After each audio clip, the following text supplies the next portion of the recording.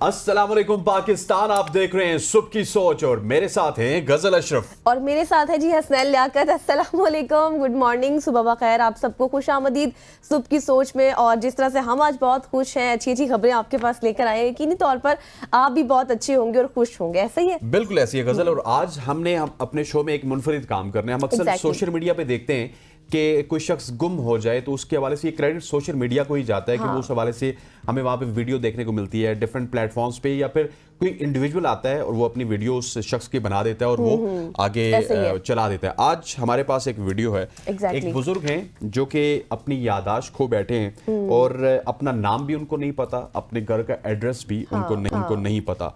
और ये इस वक्त मौजूद है कराची के इलाके नाजमाबाद में, पापोश चांदनी चौक में, और उमर मस्जिद के सामने ये मिले हैं।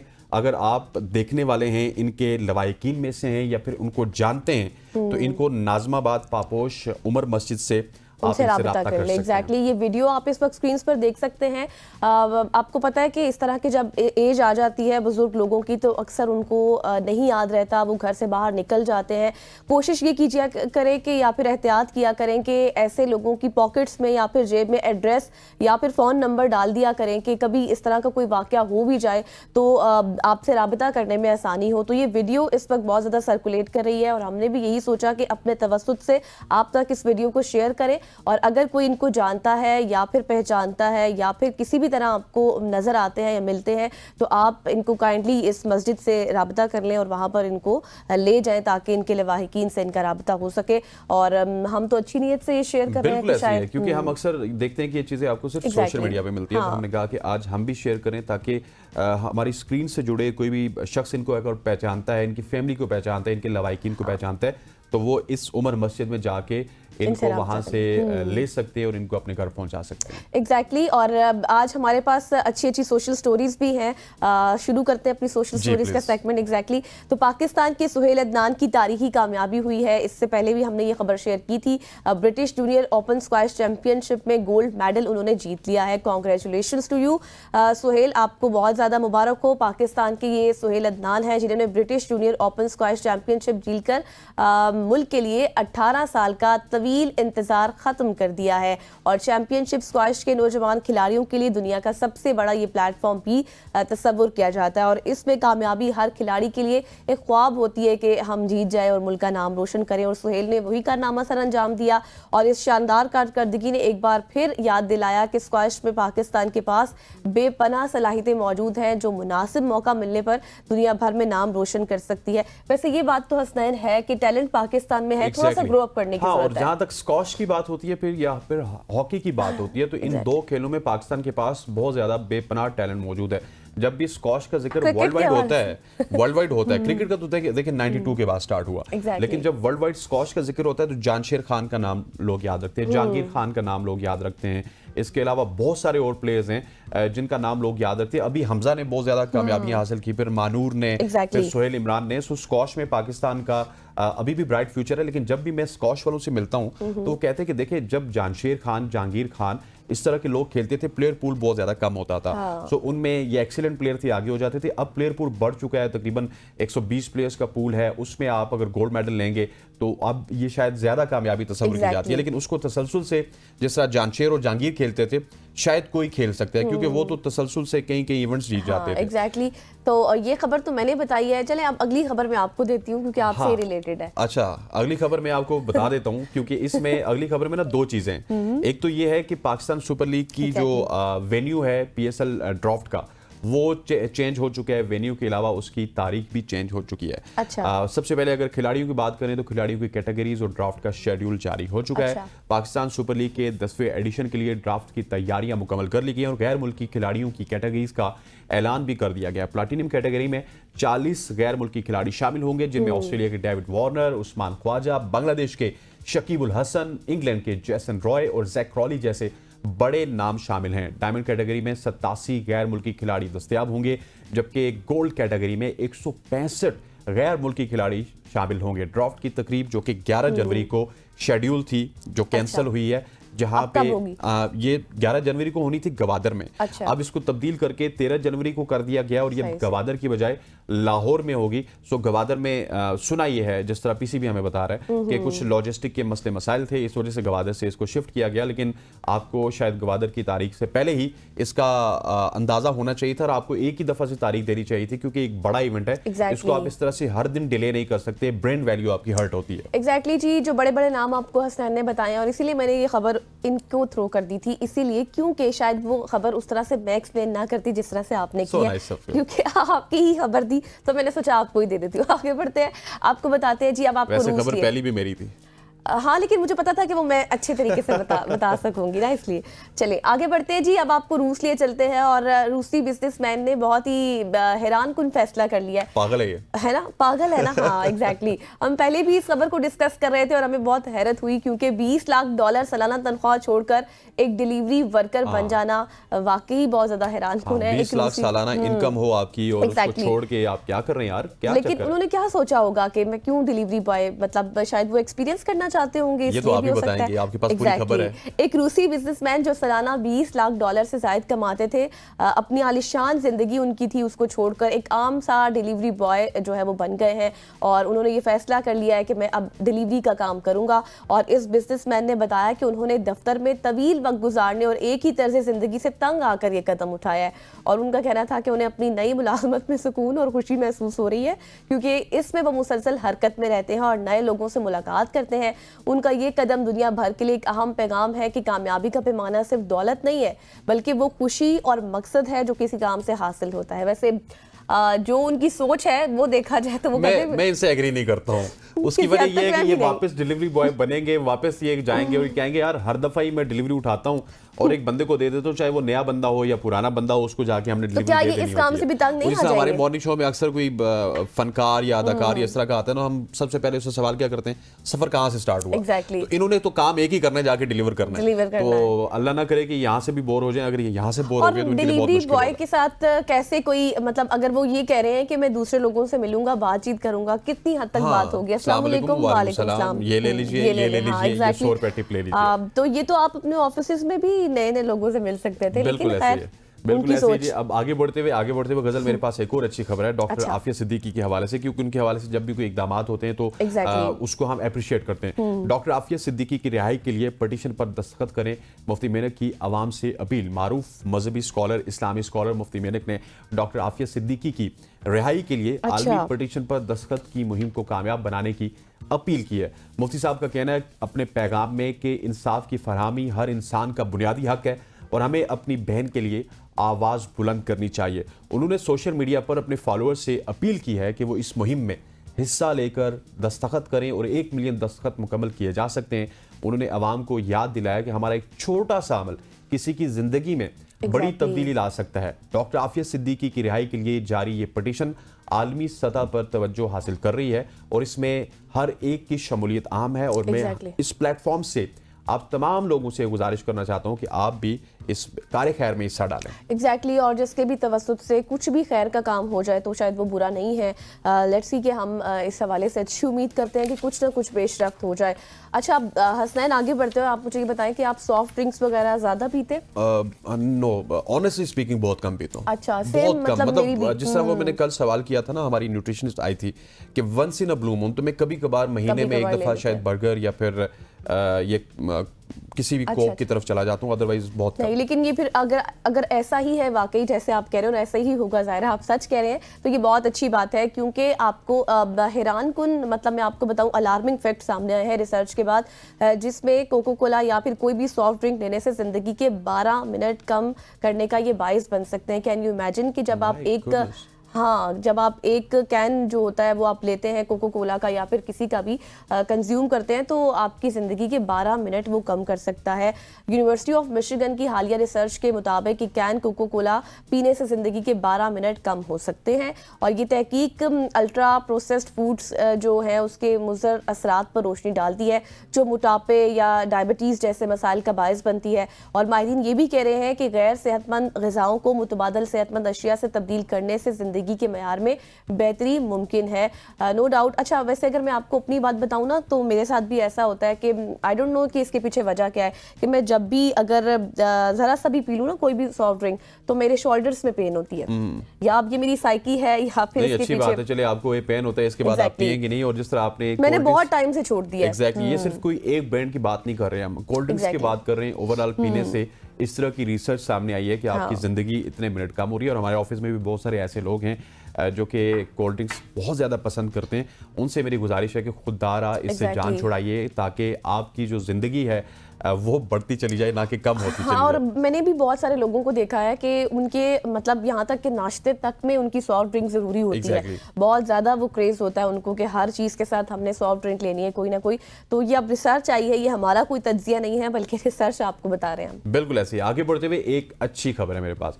वो अच्छी खबर ये है कि पाकिस्तानियों के लिए और पाकिस्तान के मुसलमानों और दुनिया भर के मुसलमानों के लिए बहुत ही खुशी की खबर है। रियाजुल जन्ना में किस चीज़ की इजाज़त मिली है? रियाजुल जन्ना में हम करते क्या है? रियाजुल जन्ना वो हिस्सा है जिसको जन्नत का हिस्सा कहा जाता है, जो नबी अलैहिस्सलातु वस्सलाम के घर से लेके उनके मिंबर तक का हिस्सा है। और जब भी आप मस्जिद नबवी में जाएंगे तो इस हिस्से को सबज कारपेट के साथ जो है वो उन्होंने बाइफरकेट किया हुआ है। इस हिस्से में मुझे भी नवाफिल पढ़ने की सआदत हासिल हुई। बहुत सारे ऐसे लोग हैं जो कि पहले जाते थे, उनको नवाफिल पढ़ने की सआदत हासिल होती थी। इसके हवाले से इस पे पाबंदी लगा दी गई थी। लेकिन अब मस्जिद नबवी रियाजुल जन्ना में नवाफिल की अदायगी पर पाबंदी को ख़त्म कर दिया गया। ज़ायरीन अब एक ऐप है जिसके ज़रिए नस्क ऐप है, मोबाइल ऐप, जो कि सऊदी गवर्नमेंट ने और वहाँ के जो इंतज़ामिया है उन्होंने इसको मुतारिफ करवाया।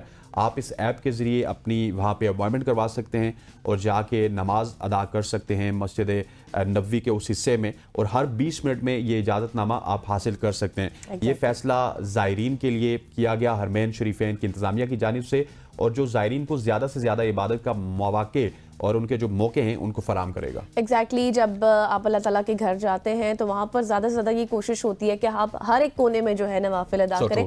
तो दैट इज़ वेरी गुड। इसको जितना भी सराहा जाए शायद कम है। आगे बढ़ते हैं। आपको एक ऐसे जहरीले पौधे के हवाले से मैं अब खबर देने वाली हूँ हसनैन, जो कि इंसानों के लिए तो शायद बहुत ज़्यादा ख़तरनाक है, उनकी मौत का भी बायस बन सकता है, लेकिन परिंदों के लिए फ़ायदेमंद है। ये क्या चीज़ है? इंसानों के लिए मौत और परिंदों के लिए फ़ायदेमंद। अब देखिए, खाने की चीज़ तो परिंदे भी खाते हैं और इंसान भी खाते हैं, लेकिन ये अल्लाह ताला की कुदरत है कि जिसमें इंसानों के लिए वो मौत का बायस बन सकता है, लेकिन परिंदों के लिए ऐसा नहीं है। मशरकी शुमाली अमेरिका में पाया जाने वाला जहरीला पौधा सफ़ेद बीन बेरी, जिसे आम आवाम है, हम उसको शायद डोल्स आइज कहते हैं। डोल्स आइज जो गुड़िया की तरह, जिस तरह की आंखें नहीं होती, उस तरह की मैं बात कर रही हूँ, और अपनी मुनफरिद साख्त और ख़तरनाक खुसूसियात की वजह से ख़ास शोहरत भी रखता है। और ये पौधा अपने सफ़ेद फलों के बायस पहचाना जाता है, जो इंसानी आंखों की तरह दिखाई देता है। और इसमें हैरत अंगेज बात यह है, इंटरेस्टिंग फैक्ट ये है कि ये फल परिंदों के लिए जो है वो फ़ायदेमंद भी है, लेकिन वो उसको खा भी सकते हैं, लेकिन जो इंसान है, जैसे मैंने पहले कहा, उनके लिए जहर साबित हो सकता है।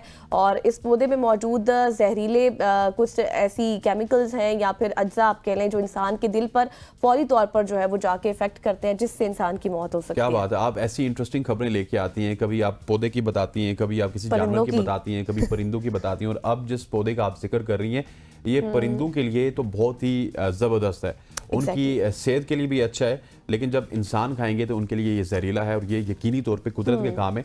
और इस तरह की खबरें हम पूरी दुनिया से इस वजह से शेयर करते हैं कि हम यहाँ पे बैठे हुए शायद इस तरह के पौधे का तस्वुर हमारी जिंदगियों में नहीं होगा, लेकिन ये पौधे जहाँ पाए जाते हैं शायद कुर्रा अर्ज़ में मौजूद हैं, अमेरिका में मौजूद है। और इस हवाले आपके साथ ये खबर शेयर की। ख़वातीन वज़ात, यहाँ पे वक्त हो जाता है एक शॉर्ट सी कमर्शियल ब्रेक लेते हैं, वापस आते हैं। Stay with us. Welcome back after the break. और काफ़ी दिनों से हमने थोड़ी सी इकोनॉमी पर बात नहीं की थी, और फिर उसके बाद जब हमने देखा कि हमने अब बात करनी है, तो वज़ीर ख़जाना साहब भी आ गए। उन्होंने भी एक प्रेस कॉन्फ्रेंस कर दी, और बड़ी बड़ी मतलब अगर मैं ये कहूँ कि न्यूज़ है या फिर डेवलपमेंट्स हुई हैं, तो वो डिस्कस करना ज़रूरी है, क्योंकि सूरत हाल संगीन चैलेंजेस से दो चार है। हुकूमत के कर्जे मुल्की तारीख की बुलंद तरीन सतह पर पहुँच चुके हैं, जबकि वफाकी अखराजात में कमी के लिए अहम इक़दाम भी उठाए जा रहे हैं। और वज़ारत ख़जाना के मुताबिक हुकूमत ने 1.5 लाख खाली असामियों को ख़त्म करने का फैसला किया है, ताकि अखराजात में कमी की जा सके और दूसरी जानिब स्टेट बैंक की रिपोर्ट जाहिर करती है कि मुल्की कर्जे 70,366 अरब रुपए तक पहुंच गए हैं, जिसमें मकामी और बैरूनी कर्जों का बड़ा हिस्सा भी शामिल है। अब हुकूमत का मौक़िफ़ तो ये है कि अखराजात में कमी, टैक्स इस्लाहात और दीगर इक़दामात के ज़रिए हमारी जो इकॉनमी है वो स्टेबल हो सकती है या फिर उसको करने की कोशिश की जा रही है। इस तनाजुर में ये सवालात हैं कि हुकूमत की आमदनी और अखराजात का तनासुब क्या है और एक साल में कितने टैक्स आयद किए गए हैं और कर्जे इतने ज़्यादा क्यों बढ़ गए हैं, आखिर इसकी वजूहात क्या है? बिल्कुल ऐसी ये तमाम तर वजूहात जाने के हमारे साथ माहिर मईशत रामे साहब मौजूद है। शकील साहब, thank you so much for joining अस।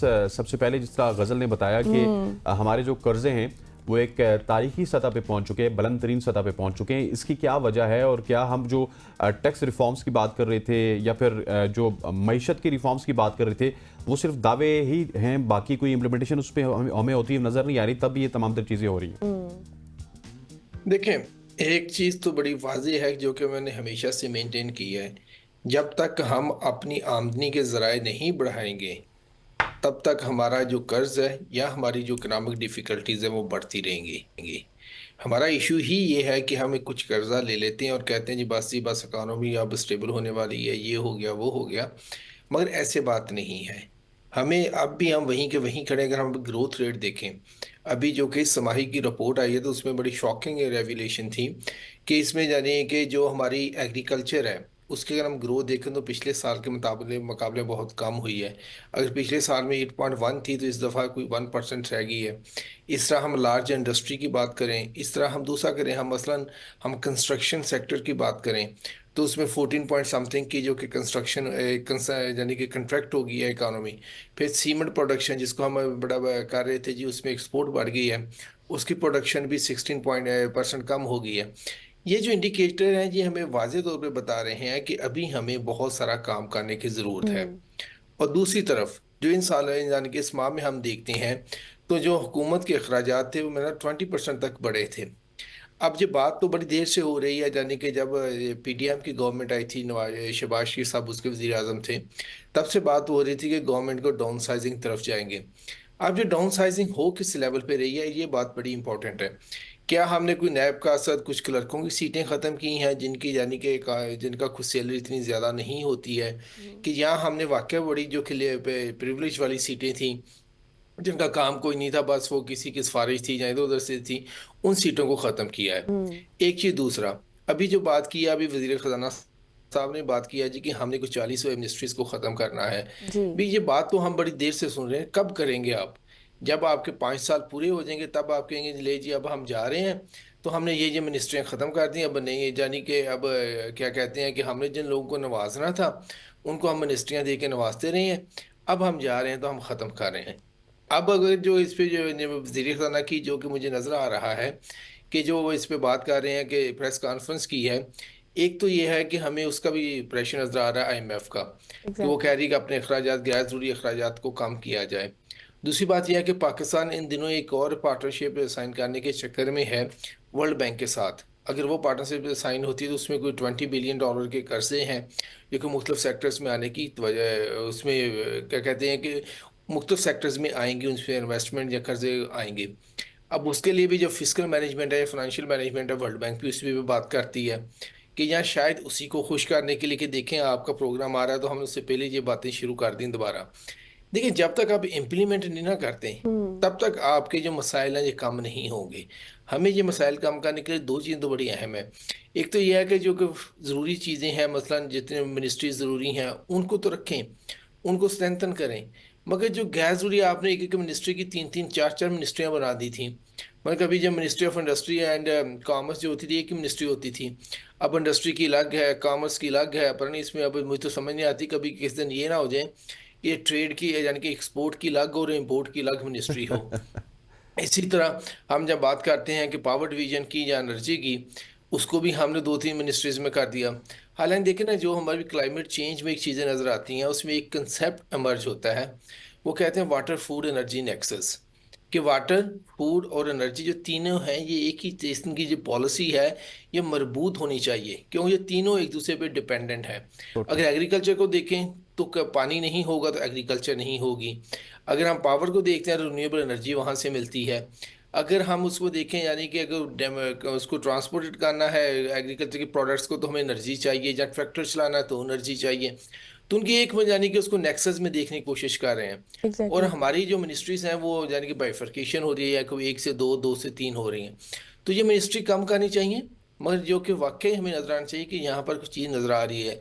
और तीसरी जो अहम बात है वो ये है कि जो पर्क्स हैं, चाहे वो ब्यूरोक्रेसी हो, चाहे वो आर्मी वाले हों, चाहे वो पॉलिटिशियंस हों, इनके पर्क्स को एलिमिनेट करने की ज़रूरत है। आप देखें ना कि आप कभी F6 में जाएं तो कितने बड़े बड़े घर हैं इनको रहने के लिए दिए की जाते हैं। वैसे एग्जैक्टली। अगर जाएं तो आप अफोर्ड ही नहीं कर सकते, वो मिलियन रुपीस का तो उसका किराया रेंट होगा, अफोर्ड ही नहीं कर सकते। फिर इस तरह दूसरे गाड़ियों की पर्क्स हो गए, फिर पता नहीं क्या क्या के आगे पीछे अच्छा जाते शकील हुए। साहब, इसमें एक चीज़ आपने बहुत इंपॉर्टेंट बात की है कि हमें एक्चुअल उन चीज़ों को देखना होगा जो चीज़ें हो रही हैं। मतलब ऐसे आवाम के सामने सिर्फ वो असामियाँ ले आना या फिर वो नौकरियाँ ले आना जो गैर ज़रूरी है, लेकिन अंदरूनी खाना क्या हो रहा है उस चीज़ के ऊपर बात करना बहुत ज़्यादा ज़रूरी है। एक चीज़ आपने बात की ग्रोथ के हवाले से, जब हम कर्जा लेके ग्रोथ की तरफ जाते हैं तो शायद हम इतने ज़्यादा कामयाब नहीं होते। मैं हमेशा से ये बात करती हूँ। और आपको पता है कि माजी के जो हमारे IMF के प्रोग्राम्स थे वो भी शायद इसलिए नाकाम हुए हैं। हमारी जो फिजिकल स्टेबलाइजेशन होती है वो आती नहीं है, उससे पहले हम इकोनॉमी को खोल देते हैं। अभी आप उड़ान पाकिस्तान के हवाले से देख लें, अभी इसके साथ साथ आप एक और भी बता रहे हैं स्टेट बैंक से रिलेटेड जो पाकिस्तान जो हुकूमत ने करना है प्रोग्राम आगे चलकर, तो इंटरेस्ट रेट भी आप देख लें वो भी नीचे जा रहा है। तो मसला यहाँ पर है कि सबसे पहले हमें अपनी इन जो हमारी जो फंडामेंटल चीज़ें हैं उनको देखना ज़्यादा ज़रूरी है। देखिए, आपको इसमें फंडामेंटल गवर्नेंस की एक चीज़ है, बड़ी आम गैर अहम सी मिसाल है, मगर आपको चीज़ समझ आ जाएगी कैसे गवर्नमेंट रन करती है। हम्म। अब देखिए, हर शहर में गवर्नमेंट ने लाखों अरबों रुपया लगा के अंडरपास हाईवे बनाती है, सारा कुछ। उसके बाद उसी रोड पे थोड़ा सा आगे जाके वो पुलिस का नाका लगा देती है। पहले अरबों रुपया लगाती है इस नाम पे जी कि हमने सिग्नल फ्री करना है, हम्म। उसी पे आगे जाके नाका लगा देती है। फिर उसी शहर में यानी कि बिलियंस ऑफ रुपीस लगा के आप सेफ सिटी लगाते हैं कैमरे, और उसी पुलिस में फिर आपने नाके लगाए हुए होते हैं। देखिए, हमारी पॉलिसी है क्या? जी। यानी कि एक तो आप पहले सोच लें, आपने या तो वो पहले जो आपने 50 बिलियन 60 बिलियन लगाया वो जाया गया है, या जो आपने नाका लगा रहे हैं ये गलत है। इसी तरह हमारी इकानमी की बात है। आप देखें, जब एग्जैक्टली। अफगानों की हम बात करते हैं तो अभी जो कि उड़ान पाकिस्तान आया एक प्रोग्राम, तो उसमें हमने बात की, इससे पहले SFC में भी हम बात कर रहे थे कि टेक्नोलॉजी को लेके चलेंगे। और टेक्नोलॉजी के साथ जो हम कह रहे हैं वो आप सबके सामने मुझे कहने की सो ज़रूरत ट्रू। नहीं है। ऐसे ही। और दूसरी चीज़ ये है कि जब टेक्नोलॉजी हम किस लेवल पे हैं इस वक्त, क्या हम कोई कंप्यूटर बनाते हैं, क्या हम कोई लैपटॉप बनाते हैं, क्या हम कोई मोबाइल बनाते हैं, हम क्या टेक्नोलॉजी प्रोड्यूस करते हैं? क्या हम सिर्फ इंटरनेट को यूज़ करने को या ई-कॉमर्स को टेक्नोलॉजी कहते हैं, डिजिटलाइजेशन कहते हैं? अपनी एग्जैक्टली। देखें आपकी स्ट्रेंथ क्या है। आपकी स्ट्रेंथ इस वक्त ये है कि आप इंडस्ट्रियलाइजेशन करें। आप सबसे बड़ी स्ट्रेंथ है आपकी एग्रीकल्चर, उसको प्रमोट करें। देखिए, एग्जैक्टली। लास्ट ईयर का जो बड़ा सेलिब्रेट हुआ जी, ग्रोथ रेट जो है 2.3% से ज़्यादा हो गया, ये हो गया अनएक्सपेक्टेड। तो कहाँ से आया ये सारा ग्रोथ रेट? ये आपको एग्रीकल्चर सेक्टर से आया। और आपने एग्रीकल्चर वालों के साथ क्या किया वो आप लंबी कहानी है। वो इस साल बेचारे उसके जो ग्रोथ रेट पे असर आना आपको शुरू हो जाएगा। इंडस्ट्री इंडस्ट्री में आपको बिग लो हम समझते हैं कि बड़ी बड़ी इंडस्ट्री लगेगी तो काम चलता है, मगर दुनिया को हम देखें अगर जो डेवलप कंट्रीज में मसलन जर्मनी की बात कर लें, चाइना की बात कर लें, और स्मॉल मीडियम इंटरप्राइजेस को बहुत ज़्यादा अहमियत दी जाती है। उनका जो कि मोर देन 50% जो उनका GDP होता है कि वो स्मॉल एंड मीडियम इंटरप्राइजेस से आता है। क्यों? एक तो ये है कि वहाँ पर वेल्थ की कंसंट्रेशन नहीं होती, फिर जॉब्स बड़ी क्रिएट होती हैं। अब इन सारी चीज़ों को मद्देनजर रखते हुए हम देखें अगर, तो हमारी पॉलिसी, गवर्नमेंट की पॉलिसी क्या है? देखिए, उड़ान पाकिस्तान में बात तो की है हमने, जी। मगर उसमें हमने एग्रीकल्चर को एक एक्सपोर्ट इंपोर्ट में सरसरी डिस्कस कर लिया। हम्म। टेक्नोलॉजी का हमने अलग से बनाया एक पूरा वेब की टेक्नोलॉजी ये कर देंगे वो कर देंगे, और ये टेक्नोलॉजी के साथ जो हम कर रहे हैं वो भी आपको पता है। अब यहाँ से नजर आता है कि हमें, मैं ये नहीं कहता कि टेक्नोलॉजी पे हमें नहीं फोकस करना चाहिए, हमें करना चाहिए, क्योंकि फोर्थ इंडस्ट्रियल रेवोल्यूशन सारे का सारा टेक्नोलॉजी बेस होगा। हम्म। मगर बात ये है, इस वक्त हमारी स्ट्रेंथ क्या है, हमारे पास है क्या, जिसकी बेसिस में हम बिल्ड करके टेक्नोलॉजी को लेके वो जा जिस तरह सकते आप हैं। कहते हैं ना, इस वक्त हम क्या बेच सकते हैं, बेचने के लिए क्या है, और जो बेचने के लिए है उसको हम सरसरी अंदाज में सिर्फ जो है ना खाना पूरी करने के लिए लिख देते हैं। लेकिन रामे साहब मुझे बताइएगा, जिस तरह हम कर्जों की बात कर रहे हैं या फिर आप उड़ान पाकिस्तान की बात करें, मुझे ये लगता है जिस तरह हम सिर्फ कर्जे लेके मुल्क चला रहे हैं, हमारे पास कोई ऐसा प्रोसेस नहीं है कि हमने कर्जे वापस किस तरह करने, इससे जान किस तरह छुड़ानी है और इस प्रोसेस से निकलना किस तरह। जब तक हम इस प्रोसेस की तरफ फोकस नहीं करेंगे तो हम इसी तरह से हर 3 साल बाद मोहताज ही होंगे IMF के। 3 साल? आप तो हर साल होते हैं अब तो। एग्जैक्टली अब तो आपने हर साल जाना, यानी कि आप बात करें गवर्नमेंट से बात कर रहे होते हैं। देखिए, इसका एक ही हल है, आप अपनी आमदनी को बढ़ाएं। और आमदनी इस तरह बढ़ सकती है कि आप अपने, यानी कि कहावत है, चाइनीज प्रोवर्ब है कि move your hand and shut your mouth, कि हमें तकरीरें नहीं चाहिए, हमें चाहिए। अब देखिए, हमारे मोस्टली मिनिस्टर किसी सेमिनार में बैठे होते हैं, कभी किसी में कभी किसी में। पॉलिसीज कौन बता, कौन इम्प्लीमेंट कर रहा है? भी आप, हमें आपसे काम चाहिए, आप डिलीवर करें उन चीज़ों पे। आमदनी नहीं बढ़ाएंगे हम, तो अल्टीमेट हमें कर्जे लेने पड़ेंगे। आमदनी बढ़ाने का तरीका ये है कि हम अपने प्रोडक्शन सेक्टर पे आंखें बंद करके काम करते जाएं और कोई इस पे बातचीत ना करें, ना ये हो गया वो हो गया। जब आपकी आमदनी बढ़ जाएगी ना, तो आप पूरी पूरी दुनिया की सोफिस्टिकेटेड टेक्नोलॉजी भी अचीव कर सकते हैं। आप उसमें इन्वेस्टमेंट करके इनोवेशंस भी कर सकते हैं, आप चीज़ें भी बना सकते हैं। जब तक आपकी आमदनी नहीं है तो कर्जों पे है। फिर हर दूसरे साल आपको देखो, अभी जो हम स्टेबिलिटी की बात करते हैं, इस साल में हमने स्टेबिलिटी अचीव कर ली, दैट्स वेरी गुड इंडिकेशन कि अभी यानी कि डिफ़ॉल्ट की बातें थी, सारा कुछ जी वो बंद हो चुकी हैं। ये बड़ा अच्छी बात है। मगर ये स्टेबिलिटी हमने कैसे अचीव की है? सैलरीड क्लास को हमने टैक्स लगा लगा के दीवार के साथ लगा दिया, इन्फ्लेशन इतनी ज़्यादा होगी। अब इस सारी चीज़ से निकले, स्टेबिलिटी को करने का फ़ायदा तो ये होना चाहिए, इस साल हमारे प्रोडक्शन सेक्टर में हमें नुमायां तौर पे बेहतरी नज़र आनी चाहिए। हमें नज़र आना चाहिए कि हमारी एग्रीकल्चर चल रही है, हमारी इंडस्ट्री चल रही है, हमारी कंस्ट्रक्शन शुरू हो चुकी है, हमारी रियल एस्टेट चल रही है, हमारा, यानी कि सारी चीज़ें चलना शुरू हमें नज़र आनी चाहिए। अगर ये चीज़ें चलना नहीं शुरू होंगी, तो हो सकता है कि नेक्स्ट ईयर, आने वाले सालों में हमें ये टैक्स मजीद बढ़ाने पड़े, क्योंकि इसके अलावा तो हमारे पास ऑप्शन नहीं है। और एक ही ऑप्शन होगा, सैलरीड क्लास पे फिर आप टैक्स लगा दें। सही। अच्छा शकील साहब, आपको भी याद होगा हमने पहला कर्जा 1958 में लिया था और $2.5 करोड़ ये कर्जा था जब अयूब खान की दौर में पहला मार्शल लॉ लगा था। तो उसके बाद तो हमें आदत ही पड़ गई है। और जिस तरह से अभी आपने बात की कि जिस तरह से हम कर्जे लेते हैं और फिर हम कर्जे लेने के बाद ग्रोथ की तरफ जाते हैं, ये बहुत ज़्यादा इम्पैक्ट करता है हमारी इकोनॉमी के ऊपर भी। और जिस तरह से हसनैन ने भी आपको सारी, मतलब हम कर्जे, फिर IMF के प्रोग्राम, बार बार मकरूज हो जाना। अब सवाल ये है कि ये जो उड़ान पाकिस्तान के हवाले से बात की है, 1 ट्रिलियन के हवाले से कहा जा रहा है कि 2035 तक हम लोग स्टेबल कर जाएंगे हमारी इकोनॉमी। हम शक नहीं करते हुकूमत की नीयत पर, लेकिन फर्स्ट क्वार्टर में जब ये ऐलान किया जा रहा था तब तो हमें जो सूरत हाल है इसके बरक्स नजर आई है। GDP ग्रोथ 1% से भी कम है। यही तो बात मैं कह रहा हूँ कि हमें जब तक हमारे प्रोडक्शन सेक्टर पे हम ध्यान, देखिए हमें अपनी स्ट्रेंथ पे ध्यान देना। इस वक्त आमदनी हमारी वहीं से आनी है। एग्जैक्टली। अभी भी देखे ना कि मैं जो बार बार एग्रीकल्चर की बात करता हूँ, इस वक्त अभी भी मोर देन 40% जो हमारी जो यानी कि लेबर लोग हैं, लेबर फोर्स है, वो एग्रीकल्चर से रिलेटेड है। अगर इनडायरेक्ट करें तो हो सकता है 60-70 तक पहुंच जाए, इतनी लेबर फोर्स जो एग्रीकल्चर से रिलेटेड है। फिर एग्रीकल्चर ने इस साल हमें $4 बिलियन के हमने चावल को बरामद किया। इसके अलावा 1-2 बिलियन की और भी हमने की। अगर हम एग्रीकल्चर की प्रोडक्शन एक साल में डबल कर लेते हैं, मतलब एग्रीकल्चर का मसला क्या है, इसकी जो सीड का मसला है कि इसकी प्रोडक्टिविटी बड़ी लो है। अगर हम फूड एंड एग्रीकल्चर को ले जाते हैं आगे, तो ये सारा मिडिल ईस्ट आपकी चीज़ें खरीदने के लिए बैठा हुआ है।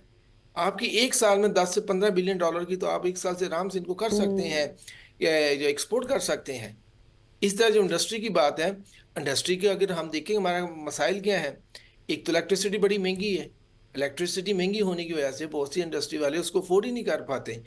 अब जब बिजली महंगी होगी, उसके होते हुए आप कैसे ग्रोथ लेके आएंगे? ये भी नामुमकिन चीज़ नज़र आती है।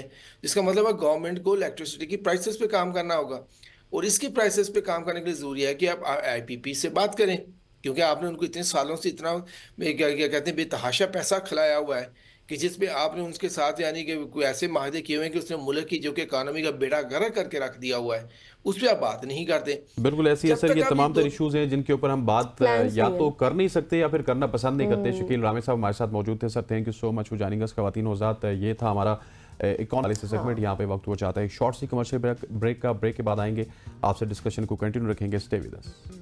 Welcome back after the break. और अब मुल्की सियासत पर बात करना भी बहुत ज़्यादा ज़रूरी है क्योंकि हैरानकुन तौर पर बहुत सी डेवलपमेंट्स हो रही हैं, कुछ समझ नहीं आ रहा। हुकूमत और तहरीक इंसाफ के दरमियान मुज़ाकरात की खबरें जो हैं वो हमें नज़र आ रही हैं, लेकिन मुज़ाकरात का एंड क्या होगा, क्या ये कामयाब होंगे नहीं होंगे। दूसरी जानिब मुलाकात के हवाले से गॉसिप्स हो रही हैं, मुलाकात नहीं कराई जा रही है। हालांकि इससे पहले हुकूमत ने खुद ये इन रिटर्न कहा था कि हम आपकी मुलाकात करा देंगे। PTI का भी ये जायज़ मुतालबा है कि हमारी लीडर से मुलाकात करा दें, उसके बाद जो COD है, चार्टर ऑफ डिमांड, वो हम आपको लिख कर देंगे। लेकिन चार्टर ऑफ डिमांड के ऊपर भी अब थोड़ी सी बातें चल रही हैं कि शायद ये लिख कर दिए नहीं जाएंगे क्योंकि असद कैसर का एक इंटरव्यू सामने आया। इन तमाम तर सूरत हाल पर हम बात करेंगे। बिल्कुल ऐसी हमारे साथ मौजूद है अली बुखारी साहब, रहनुमा है पाकिस्तान तहरीक इंसाफ के। बुखारी साहब, thank you so much for joining us. Sir, मुज़ाकरात के हवाले से उम्मीद थी कि पाकिस्तान तहरीक इंसाफ और हुकूमत के दरमियान जो मुज़ाकरात हैं शायद ये कामयाबी की तरफ जाएंगे, लेकिन अब एक डेडलॉक बना हुआ नजर आ रहा है। इन मुज़ाकरात को आप किस तरफ जाते हुए देख रहे हैं? बिस्मिल्लाहिर्रहमानिर्रहीम, बहुत शुक्रिया। देखिए यार, मुज़ाकरात के हद तक आपको पता है कि हमने पहल की और इमरान खान साहब ने एक तश्कील दी, जो हमारे सीनियर और सीजन पॉलिटिशियंस थे, पार्लियामेंटेरियंस थे, CM हमारे KP उसके अंदर थे।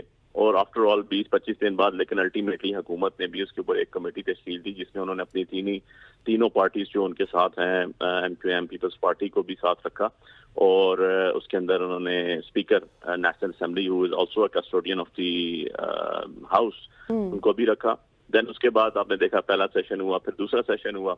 अब बात यह है कि आपको याद होगा कि इरफान सिद्दीकी साहब जो इसके स्पोक्स पर्सन भी हैं, जिन्होंने ज्वाइंट एक प्रेस कॉन्फ्रेंस की थी, उसके अंदर उन्होंने बाकायदा इसके साथ सारे बैठे हुए थे, प्रेजेंट गवर्नमेंट के सारे कमेटी मेंबरान भी और हमारे लोग भी। उन्होंने कहा था जी हम बिल्कुल आज़ादाना तौर पे जो है इमरान खान साहब से कमेटी की जो मुलाकात है वो उसको फ्लो में रखेंगे और कोई किसी किस्म की भी दिक्कत नहीं आएगी, कोई मुश्किल नहीं आएगी, क्योंकि एवरीवन नोज कि हम जब तक इमरान खान साहब से बात नहीं होगी, इमरान खान साहब को सारी चीजें उनके नोटिस में नहीं आएंगी, उनके साथ डिस्कस नहीं होगा, तो किस तरह हम आगे चल सकते हैं। तो कॉमन सेंस की बात है। लेकिन अनफॉर्चुनेटली आपने देखा कि आज तक मुलाकात खान साहब से उस तरह नहीं रही। इवन एंड अदरवाइज आपके नोटिस में मैं लाऊं कि जो हमारी लीगल टीम जिसकी मुलाकात होती थी वीकली 6 वकला की, मैं खुद उसमें गया तो मुझे उन्होंने कहा जी आप नहीं जा सकते, आपके अलावा बाकी लोग चले जाएं। तो this is something pathetic and ये चीज ऐसी है जो कि एक क्वेश्चन मार्क जरूर है क्रेडिबिलिटी ऑफ द गवर्नमेंट के ऊपर भी कि आप अगर मुलाकात नहीं करवा सकते तो फिर आपकी क्या क्रेडिबिलिटी है और क्या आपकी इंश्योरेंस है कि आप जो है वो आगे जो आपके साथ कोई भी किसी किस्म का भी नेगोशिएशन में पॉजिटिविटी आ जाती है और किसी चीज पे एग्रीमेंट हो जाता है तो उसको एग्जीक्यूट कैसे करवाएंगे। So this is also a question basically. अब ये कह देना कि जी रिटर्न फॉर्म में आए ना आए, देखें दो बड़ी सीधी मुतालबात है जो पॉइंट एजेंडा पॉइंट हैं जो टेबल हुए और अब तो मिनट ऑफ मीटिंग्स का हिस्सा भी बन चुके हैं, क्योंकि मैंने खुद सुना राना सनाउल्लाह साहब ने भी फरमाया ये और स्पीकर साहब ने भी कि यार हम तो कहते हैं इनोसेंट जो प्रिजनर हैं या जो बेगुनाह लोग अपने घरों से उठा के जेल में डाले हुए हैं उनको जो है वो रिहा करें, नंबर 1। और नंबर 2 ये है कि आप एक एलिगेशन लगाते हैं 9 मई का हमारे ऊपर, आप एक एलिगेशन लगाते हैं 26 नवंबर का हमारे ऊपर, जबकि हम कहते हैं कि 9 मई जो है वो हमारी पार्टी का स्टांस है, हमारे लीडर का स्टांस है, हमारे ये स्टांस है कि वो एक फॉल्स फ्लैग ऑपरेशन था। और जो 26 का जो इशू है, 26 के अंदर हमारे लोग शहीद हुए, हमारे लोग लापता हुए, तो ये एक कॉन्ट्रोवर्सी है ना। आप हम पे एलिगेशन लगाते हैं, हम आप पे कहते हैं, तो इसके लिए एक जुडिशल कमीशन बना देना चाहिए। अब जुडिशल कमीशन की जब बात होती है तो हम कहते हैं जी आप पाकिस्तान की सबसे बड़ी अदालत कौन सी है? सुप्रीम कोर्ट ऑफ पाकिस्तान, और सबसे सीनियर जज 3 उसके हैं, उनको बना दें। अच्छा, 25 करोड़ अवाम के केसेस वो सुन रहे हैं, वो मोस्ट सीनियर जजेस ऑफ द कंट्री हैं, आप जो है उनको जुडिशियल कमीशन में नहीं बनाना चाहते। This is something pathetic. इसका मतलब है कि आपको उनकी क्रेडिबिलिटी पे शक है, आपको उनकी ऑनेस्टी पे शक है।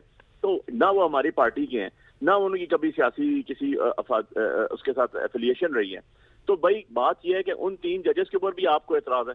अब ये लिख के दें, हमें रिटर्न ला के दें, ये कर दें, वो कर दें, ये सारी चीजें तो ये। लेकिन अली साहब अब सवाल यहाँ पर ये भी थोड़ा सा उठ रहा है कि इससे पहले अब मतलब आप लोगों ने ही कहा था कि हम लिख कर देंगे, अपने कहे हुए से ही पीछे हटना, थोड़ा सा यू टर्न लेना, इस पर भी सवाल उठ रहा है कि लिख कर क्यों नहीं दिया जा रहा, इसके पीछे आखिर वजह क्या बनी, अचानक ऐसा क्या हुआ एडवांस? कुछ भी ऐसा नहीं हुआ जी, कोई वजह भी नहीं है। आप आज मिलने के लिए दे दें, हम खान साहब से पूछेंगे तो कुछ आगे चलेंगे ना। देखिए हमारा तो लीडर है, हम हमसे पूछ के आएंगे तो कुछ करेंगे, उनसे मुलाकात होगी, उनकी नोटिस में चीजें आएंगी कि जी ये चीजें हुई हैं, ये चीजें वहां डिस्कस हुई हैं। देखें, घंटा 2 घंटे मीटिंग्स हुई हैं, उसके अंदर बहुत सी चीजें एजेंडे में आई हैं। और लेकिन बुखारी साहब, अगर मैं गलत नहीं हूं तो पहली मीटिंग में भी ये कहा गया था कि आप तहरीरी तौर पे दें, उसके बाद आपकी खान साहब से मीटिंग भी हुई, लेकिन 2 जनवरी को तहरीरी तौर पे दिया गया ना। देखें, इसको मैं जरा आपको मैं दुरुस्तगी कर दूं, थोड़ी जी इस्लाह कर दूं कि ये जो आप कहते हैं ना मीटिंग हुई, ये मीटिंग इस तरह हुई कि 2 पुलिस वाले पीछे खड़े हुए हैं, 2 पुलिस वाले एक के पीछे खड़े हुए हैं, 6 बंदों के बैठने की जगह नहीं है, तो वहां बात नहीं हो सकती इस तरह। देखिए ना आप, एक कॉमन सेंस भी प्रिवेल करता है यार, एक रूल ऑफ लॉ भी प्रिवेल करता है, एक जस्टिस सिस्टम भी प्रिवेल करता है, और एक सबसे बढ़ के एक मीडिएशन भी होती है ना, जिसे मीडिएशन ना, ये जो आपकी बात होती है मीडिएशन है, आप उनको बैठ के अपने लोगों के साथ बात ही नहीं करने दे रहे। मतलब वहां पर भी आपने जासूसी लगाई हुई है कि यार 2 पुलिस वाले एक साइड पे खड़े होंगे, 2 एक जगह पे खड़े होंगे, 4 कुर्सियां लगाएंगे, 2 बंदे खड़े रहेंगे। इस तरह बात होती है यार। पाकिस्तान की सबसे बड़ी पार्टी, पाकिस्तान की सबसे बड़ा लीडर और इंटरनेशनल फेम का लीडर, आप उससे बात भी नहीं करने दे रहे, तो ये जिम्मेदारी मतलब वही जो कल उमर अयूब साहब ने बात की, वही बात आप भी रिपीट कर रहे हैं कि आपको एक प्रॉपर इन्वायरमेंट भी दिया जाए ताकि आप बानी पीटीआई से उस तरह की मुलाकात भी कर सके और उनसे कुछ बातचीत भी कर सकें। देखें ना, पॉसिबल ही नहीं है ना। आप एक मतलब रियलिटी को भी तो यार आप प्रोसीड करेंगे ना कि आप लीडर हैं, इमरान खान साहब हमारे लीडर हैं, हमने इलेक्शन लड़े, हमने उनके नाम पे वोटें ली, हम उनके साथ खड़े हुए हैं, हमारे डंडे खाए हुए हैं यार। अल्टीमेटली हम उसकी आइडियोलॉजी को फॉलो कर रहे हैं। हमने तो उनसे पूछे बगैर तो हम नहीं कुछ कर सकते ना। क्या ये अयाज सादिक साहब हैं, इरफान साहब हैं, इनके पीपल्स पार्टी के लोग बैठे हैं, एमक्यूएम के बैठे हुए, क्या ये जरदारी साहब से पूछे बगैर और शहबाज शरीफ और मियां साहब से पूछे बगैर बैठ गए? क्या ये उनसे डिस्कस नहीं करते, उनको बताते नहीं है? नहीं अली साहब, हमने भी यही कहा कि ये तो आपका जायज मुतालबा है कि खान साहब से आपकी मुलाकात हो और उसके बाद आप सीओडी दें, लेकिन अब मुझे ये बताएं कि पिछले सवाल के जवाब में आपने कहा कि आपके जो, और इस वक्त जो सब कुछ नजर भी आता है ऑन एयर, जो आपके मुतालबात है, ये थोड़ा सा क्लियर कीजिएगा कि सबसे बड़ा मुतालबा इमरान खान की रिहाई या फिर कैदियों की रिहाई? देखिए जी, हमने इनोसेंट प्रिजनर्स की बात की है। इनोसेंट प्रिजनर्स हमारे इस 26 नवंबर का 4500 बंदा जेल में था, जिनमें से बहुत सौ की अभी बेल हुई। हमारी शाह महमूद कुरैशी साहब जेल में, जब 9 मई का वाकया हुआ तो उनकी वाइफ का ऑपरेशन था, वो कराची में थे। हमारी डॉक्टर साहबा जो है वो more than 70 years age, cancer survivor खातून जेल में। किस चीज के भुगत रहे हैं यार वो? आपको पता है कि आजम स्वाति साहब 5 अक्टूबर से अरेस्ट है, उनके ऊपर 15 FIR दी गई, 15 के अंदर उनकी बेलें हो गई हैं। 16वीं FIR उन्होंने टेक्सला में, जिसमें नामजद भी नहीं है, वो नेम्ड नहीं है, सप्लीमेंट्री स्टेटमेंट में रखा हुआ अंदर, और उसकी बेलें लग रही हैं। यार कोई तरीकाकार होता है ना भाई, आप बता दें एक बंदे ने एक टाइम पे कितनी वारदातें कर दी, किससे को ऑफेंस होगी? मैं आपसे बात कर रहा हूँ, मेरे ऊपर 17 FIR हैं यार हाई कोर्ट के मुताबिक। ये जितने वो रेंजर्स गाड़ी के नीचे आके उसमें भी मेरे ऊपर भी FIR आ गई। और भाई मैंने क्या किया, जिस बंदे ने गाड़ी के नीचे दिया पकड़ लिया आपने, वीडियोज आपके पास है। सो आप क्या समझते हैं कि बाकी सारे लोग ये जो है ये पॉलिटिकली मोटिवेटेड केसेस नहीं है, हम बेल पे बाहर फिर रहे हैं? ये तरीकाकार है, इस तरह मामलात होते हैं। अब इमरान खान साहब के 89 केसेस हैं, 187 केसेस के अंदर या वो बेल आउट है या वो एक्विटल हुई है उनकी। आप एक केस खत्म होता है दूसरा बना देते हैं, दूसरा खत्म होता है तीसरा बनाते हैं। इनोसेंट मींस इनोसेंट, उसमें चाहे इमरान खान साहब हो, उसमें चाहे अली बुखारी हो, उसमें चाहे शाह महमूद कुरैशी साहब हो, डॉक्टर साहब हो, हमारे चीमा साहब हो, हमारे गवर्नर साहब, कोई बंदा भी उसके अंदर जो इनोसेंट आपने रखा हुआ है वो इनोसेंट। तो यार लोगों के राइट है ना, 10A किधर लेके जाएंगे कॉन्स्टिट्यूशन? आप फंडामेंटल राइट्स किधर लेके जाएंगे? आपको मैं बताऊं, 27 पैक्ट्स के, 27 एग्रीमेंट्स के इंटरनेशनली, हम America, Europe, Germany, England, Switzerland, हम उनके साथ पैक्ट के सिग्नेटरी हैं। तब इंटरनेशनल प्रेशर भी आपके ऊपर आता है कि भाई खुदारा आपने ये 27 एग्रीमेंट साइन किए हुए हैं, बोल के खुदादाद पाकिस्तान ने, स्टेट ऑफ पाकिस्तान ने 27 एग्रीमेंट साइन किए हुए हैं कि जी हम कोई फंडामेंटल राइट्स की वॉयलेशन नहीं करेंगे, हम लोगों को हकूक देंगे। क्या हकूक दे रहे हैं यार आप? This is a part of हकूक। अगर हम कहते हैं कि आप इन्वेस्टिगेशन एक करा दें, एक सबसे बड़े इदारे का जो है सबसे बड़े जजेस जो हैं उनको अपॉइंट करें, आप कहते हैं नहीं, आपको तो 2 कदम आगे आना चाहिए था ना। आपको तो हमें कहते हैं कि हमने किया सब कुछ, तो आप यार 2 कदम आगे बढ़े, क्या बिस्मिल्लाह ये पड़ा हुआ जी आज। अच्छा बुखारी साहब, मुझे ये बताइएगा कि फैसल चौधरी साहब भी हमारे प्रोग्राम में भी उन्होंने कहा था, फिर असद कैसर साहब भी एक और प्रोग्राम में ये कह चुके हैं कि जो गवर्नमेंट के मेंबर्स हैं, मतलब जिस तरह स्पीकर हैं या फिर राना सनाउल्लाह साहब हैं, उनकी नीयत उनको ठीक लग रही है, वो तो रिहाई की कोशिश कर रहे हैं, लेकिन दूसरी जानिब से रिहाई नहीं हो रही। फिर ख्वाजा आसिफ साहब का बड़ा इंटरेस्टिंग बयान है कि आपके जिस तरह खान साहब के ट्विटर से कोई बयानात भी जारी हुए, उन्होंने साफियों से बातें की, इसके बाद तो मुज़ाकरात की जो है वो वजह कोई नहीं रहती। सो ये मामलात क्यों इतने उलझे हुए हैं? कौन नहीं चाहता कि मुज़ाकरात, क्या हुकूमत नहीं चाहती या PTI नहीं चाहती या फिर कोई तीसरा है जो नहीं चाहता? हम तो चाहते हैं मुज़ाकरात हों, हुकूमत भी चाहती है sir, according to Faisal Chaudhry साहब। हमारे पास तो हाथ जो है उसमें डंडे नहीं है, हमारे पास कोई असला नहीं है। हमने तो यार बात ही करनी है, हम तो सियासतदान है ना, हम तो पॉलिटिकल लोग हैं, हम तो डायलॉग ही कर सकते हैं ना। हमारे पास तो गिदड़ सिंह तो है नहीं यार, बड़ी सीधी सी बात। अब बात यह है कि जो गवर्नमेंट बैठी हुई है गो के वो पावर कॉरिडोर यूज कर रही है। हम इसको भी 2 मिनट के लिए मैं आर्गूमेंट्स में नहीं लाता हूँ कि यार उनके पास किसी के पास फॉर्म 45 है ही नहीं।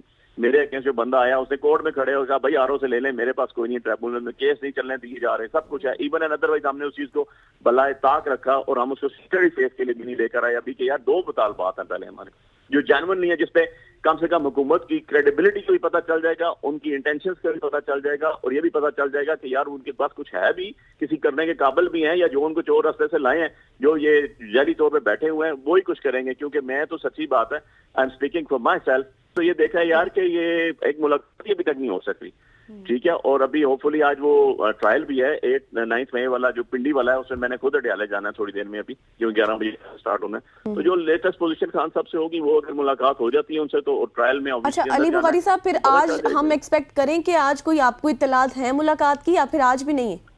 देखिए मैं तो उसमें कौंसल हूँ ना जी, मैं तो लीडिंग कौंसल हूँ, मुझे अगर रोकते हैं तो ट्रायल नहीं चलेगा, ठीक है। तो होपफुली ये है कि शायद इस दफा जो है वो अंदर मुलाकात हो जाए खान साहब से, मेरी कम से कम। सही।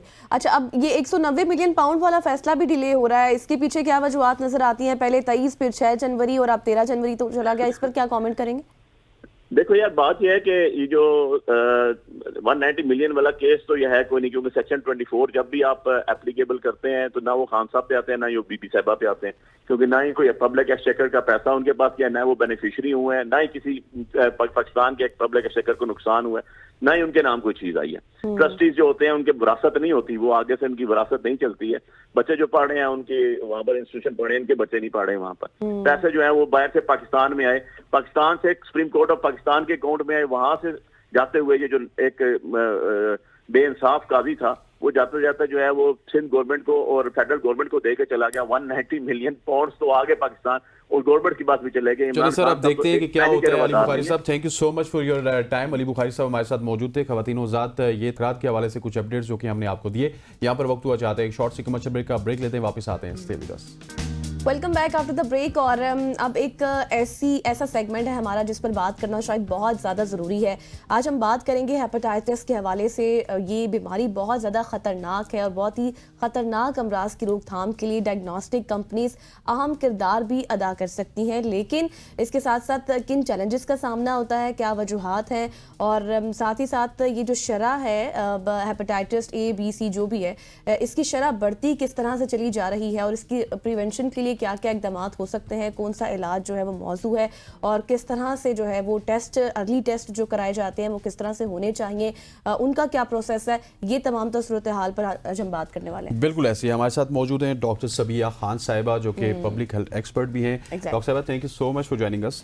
वैसे अगर हम हेपेटाइटिस C की बात करें तो हर शख्स को पता है कि ये क्या है, लेकिन क्या वजह है कि पाकिस्तान में ये इतना ज़्यादा अनडायग्नोस्टिक होता है या फिर ट्रीटमेंट इसकी लोग नहीं करवाते, इसकी क्या वजह है?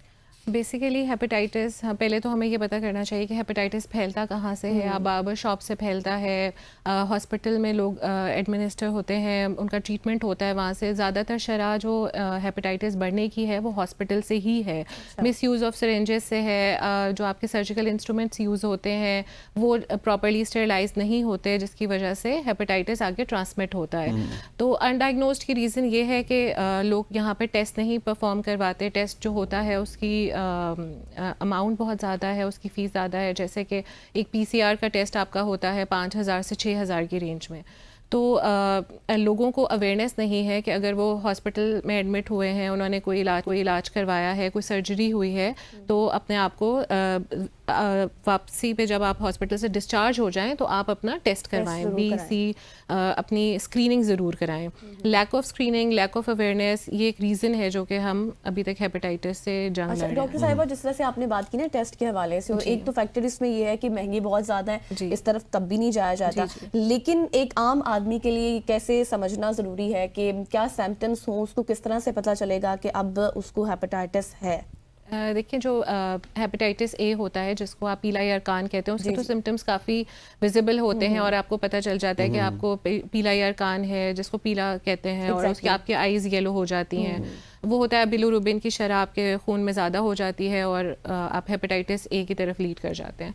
जो बी और सी है they are silent killers, usually known as silent killers, और ये लास्ट मोमेंट तक कुछ पेशेंट्स में अनडायग्नोज्ड रहते हैं, कुछ में अर्ली सिम्टम्स आ जाते हैं और वो उसको मतलब गैस्ट्रो इंटेस्टाइनल इन्फेक्शन और उसमें कंफ्यूज हो जाते हैं और अनडायग्नोज्ड रह जाता है। उसमें ये होता है कि आपको मतली आना, वॉमिट होना, जिगर भारीपन आपको महसूस हो रहा है और रंग काला हो रहा होता है, यूजुअली आपका यूरिन का कलर चेंज हो रहा होता है लेकिन आप उसको भी नोटिस नहीं करते, और डिफरेंट सिम्टम्स होते हैं जो पर्सन टू पर्सन भी वेरी करते हैं, बट जो ज़्यादातर इशू ये होता है कि आपका वॉमिटिंग होना और हैवीनेस होना, अच्छा, ये फटीग्ड रहना, ये रीजंस हैं। और जो अर्ली सिम्टम्स में आप डायग्नोज ना होना, इसकी वजह डॉक्टर है या फिर खुद वो शख्स है लैक जिसको ऑफ होता है? अवेयरनेस, है।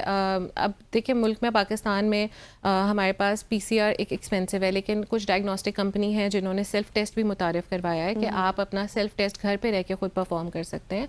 HCV का सेल्फ टेस्ट मार्केट में लॉन्च हो चुका है जिसमें आप अपना खुद से सेल्फ टेस्ट परफॉर्म कर सकते हैं।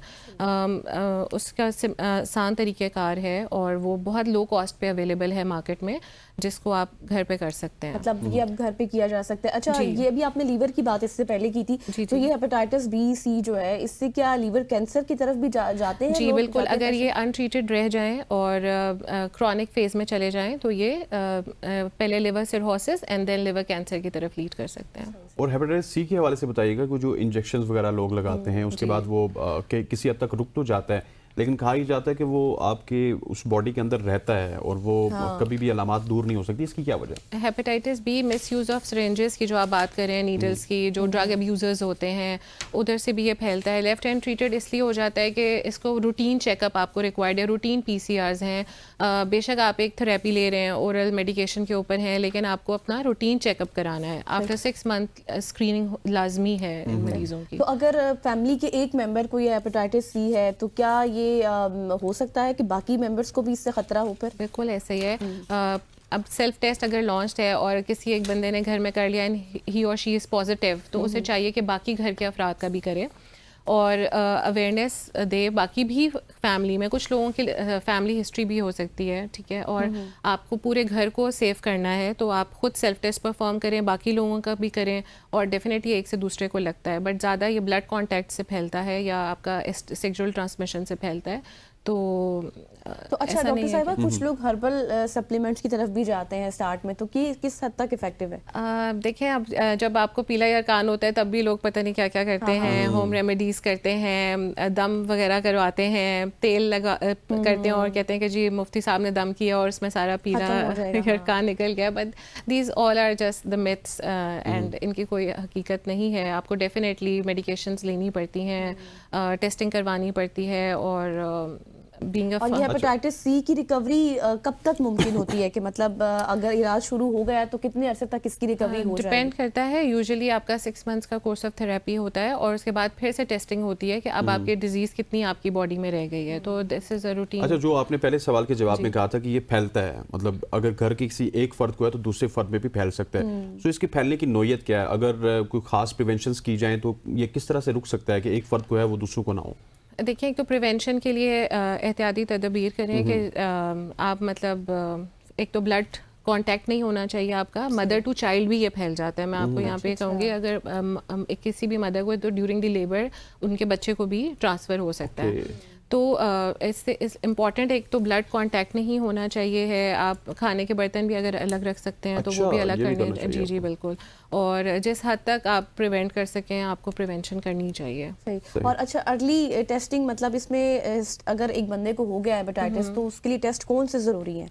जो मेन टेस्ट है कि सबसे पहले उसको वो टेस्ट करवाना है। आपको एक तो पहले अगर आप सेल्फ टेस्टिंग कर सकते हैं अपने घर पे, एक जो सस्ता तरीन टेस्ट है, आप रैपिड टेस्ट घर पे कर लें, और अगर उस पे आप पॉजिटिव आते हैं तो फिर आपको PCR करवाना है कंफर्मेशन के लिए। सही सही। और इसकी जो ट्रीटमेंट है वो वही है, वो जो इंजेक्शन वाली ट्रीटमेंट है, इसके अलावा भी कोई ट्रीटमेंट्स आजकल आ चुकी हैं? कुछ ट्रीटमेंट्स ओरल थेरेपीज क्योंकि इंजेक्शंस भी इसका बहुत महंगा है, वो ट्रीटमेंट आम आदमी नहीं करवा सकता अनफॉर्चुनेटली। बिल्कुल ऐसे ही है। अब सॉलिड डोजेज फॉर्म में भी ट्रीटमेंट मार्केट में अवेलेबल है जो आप शुरू कर सकते हैं, और अर्ली अगर आपकी बीमारी है, अर्ली डायग्नोज हो गई है, तो आप वो ओरल क्योंकि मेडिकेशन बहुत से लोग परेशान हो जाते हैं और मतलब हिम्मत हार जाते हैं कि शायद अब हमें हो गया तो इसकी रिकवरी नहीं है। नहीं, इलाज मुमकिन है, इलाज मुमकिन है, लेकिन ये कि आपने करवाना है, कॉन्टिन्यूस रहना है, फॉलो अप के लिए जाना है, टेस्टिंग करवानी है, और खुद अपने आप को ना, अपने आप से जंग है ये कि आपने अपने आप को ठीक करना है। अच्छा, now come to the point कि एक शख्स है जिसको हेपेटाइटिस सी है और उसको बिल्कुल एंड स्टेज पर भी नहीं पता चला, 90% से अबव हो चुका। सो मतलब ये कितना इंपॉर्टेंट है कि उसको पहले पता चलना चाहिए, क्योंकि 90% से अबव हो गया तो उसका क्या फिर होगा? बिल्कुल ऐसे ही है। देखिए 90% से अबव होता है तो वो डेफिनेटली लिवर सिरहोसिस या लिवर कैंसर की तरह वो लास्ट स्टेजेस पे होता है। लेकिन हम इसीलिए बात कर रहे हैं कि अर्ली स्क्रीनिंग हो लोगों की। एक तो मैस स्क्रीनिंग्स पाकिस्तान में होनी चाहिए जिससे हम बहुत जल्दी लोगों को आइडेंटिफाई कर लें, उनको ट्रीटमेंट फॉलो अप में ले आएँ और उनका फिर इलाज शुरू हो जाए, उनका फॉलो अप हो कि वो अब बेहतर हो रहे हैं, नहीं हो रहे हैं, उनको अब क्या ट्रीटमेंट देना है। तो अर्ली डायग्नोसिस इंपॉर्टेंट है, स्क्रीनिंग्स होनी बहुत अच्छा, तो आप क्या समझती हैं कि जो डायग्नोस्टिक कंपनी है उनको इस वक्त किन मुश्किलात का सामना है? डायग्नोस्टिक कंपनीज अनफॉर्चुनेटली पाकिस्तान में अभी तक हमारे पास सिर्फ एक ही डायग्नोस्टिक कंपनी है जो कि मेड इन पाकिस्तान प्रोडक्ट्स बना रही है। हमारे पास डायग्नोस्टिक कंपनीज बहुत कम हैं जो कि आईवीडी मैन्युफैक्चरिंग फैसिलिटीज़ की अगर हम बात करें तो हमें चाहिए कि गवर्नमेंट सपोर्ट करे इसमें कि पाकिस्तान में ही आईवीडी सॉल्यूशंस बने और लो प्राइस पे अवेलेबल हो, अच्छी क्वालिटी के अवेलेबल हो। We need this in our national policy के उनको सपोर्ट भी किया जाए, प्रोमोट भी किया जाए और वो लो प्राइस पे पाकिस्तान में अवेलेबल हों ताकि लोग टेस्ट करवाएं, पैसे और इवेंचुअली जो आपकी बातों से मुझे समझ आ रहा है कि अगर हेपेटाइटिस बढ़ेगा तो फिर लिवर कैंसर की तरफ जाएगा। तो यहाँ पे रिस्पॉन्सिबिलिटी आपने ठीक कहा कि गवर्नमेंट की भी बनती है, और ये जो लेबोरेटरी टेस्ट की बात की थी पीसीआर की, वो बहुत महंगा है। तो ये भी तो हो सकता है कि गवर्नमेंट के जो हॉस्पिटल्स हैं वहाँ पे एक लेबोरेटरी भी हो कि जो हेपेटाइटिस सी के मरीजों का इलाज तशखीस करे। बिल्कुल ऐसे ही है। पब्लिक सेक्टर हॉस्पिटल्स भी इसमें काम कर रहे हैं, प्राइवेट सेक्टर हॉस्पिटल्स भी। गवर्नमेंट खुद एक प्रोग्राम उन्होंने लॉन्च किया है जिसमें by 2030 we are working to treat and eliminate hepatitis from Pakistan.